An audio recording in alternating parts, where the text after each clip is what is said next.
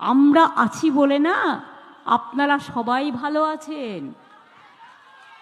আর যদি আমরা না থাকি কোনোদিন সেরকম আসে, 1 সেকেন্ড লাগবে। একটা কমিউনিটি যখন জোট বাঁধে না, ঘিরে ফেললে 1 সেকেন্ডে দেবে একদম 12টা বাজিয়ে।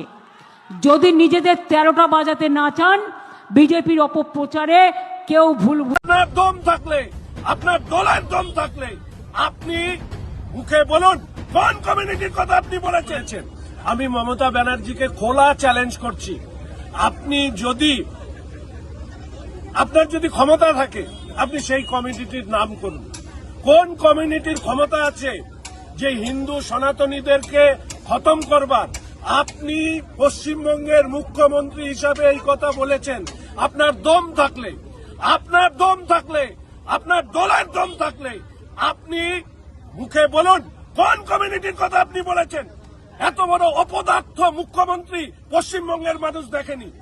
আমরা এই বিষয় শুধু আজকে নয়, আমাদের পরিবর্তন যাত্রা চলছে, রাজ্যের প্রতিটি মানুষের কাছে নিয়ে যাব যে একজন রাজ্যের মুখ্যমন্ত্রী কমিউনিটির নাম করে আরেক কমিউনিটিকে থ্রেট করছেন।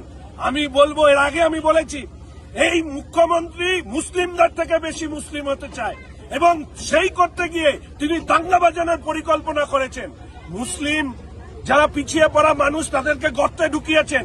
কিছু বোমা গুলি বন্দুক নেওয়া মুসলিম তাদেরকে জিহাদি বানিয়ে দীর্ঘদিন ধরে পশ্চিমবঙ্গে রাজত্ব করছেন। মমতা ব্যানার্জি শুনে রাখুন, 2026-এ রাজ্যের সনাতনী মানুষ আপনার বিরুদ্ধে ভোট দেবে এবং আপনি যে কমিউনিটির কথা বলছেন তারাও আপনার পাশে থাকবে না। এবং সেই দিন থেকে আপনি যে আজকে রাস্তায় বসে এই বক্তব্য রেখেছেন, আগামী দিনে বিরোধী দলের নেত্রী হিসাবে আপনাকে রাস্তায় বসিয়ে রাখার বন্দোবস্ত ভারতীয় জনতা পার্টি নয়, পশ্চিমবঙ্গের জাগ্রত সনাতনী সমাজ এবং পশ্চিমবঙ্গবাসী করবে।